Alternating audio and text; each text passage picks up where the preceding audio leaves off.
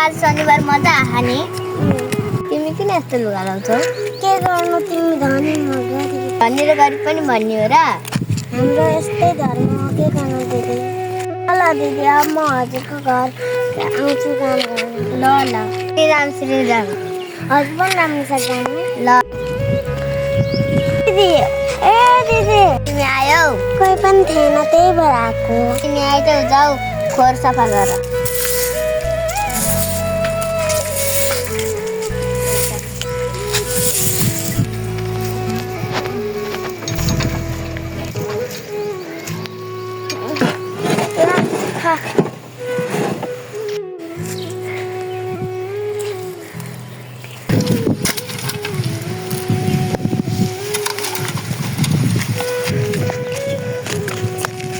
यो विश्वकर्माको छोरी भएर नि कस्तो राम्रो काम गर्छ गर्न जाऊ न त तिमी भन्दा त राम्रै काम गरेको छु नि बहिनीको सपोर्ट नलिनु है उसले राम्रो काम गर्छ उसैले त फल पाउँछ हुन्छ गर्नु भन्दा त म आफ्नै काम गर्छु आफ्नो प्यारी बहिनी जात पनि नथकाउनु भएको के दाइ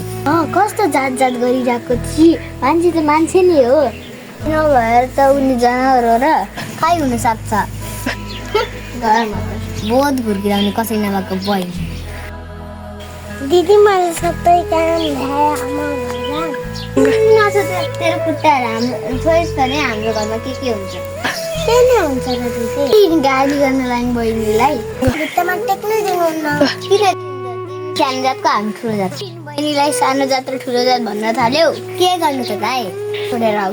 जान्न म जाऊ भनेको सुन्दैन ल म गएँ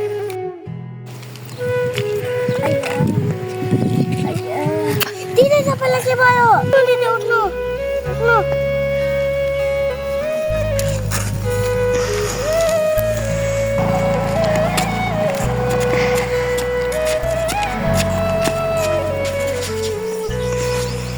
के भयो फरिले अघिसम्म त ठिक थिइन् काशी बाटोमा लड्नु भएको थियो म पानी लिएर आउँछु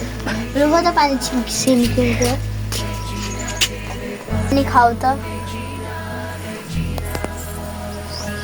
कस्तो छ अहिले दिदी सन्चै छ अहिले थाहा पाइस् तैँले कस्तो मान्छेले कस्तो व्यवहार गर्नुपर्छ थाहा पायो तिमीले हामीले कहिले पनि जात धर्मको फरक गर्नु हुँदैन थाहा पाए उठा उठा नानी उठ मैले तिमीलाई धेरै दुःख दिएँ त्यसमा माफ गरिदेऊ त्यसले मलाई माफ माग्नु जे भयो नि भइगयो अब तिमीहरू मिलेर बसेको मैले हेर्न चाहन्छु दाइ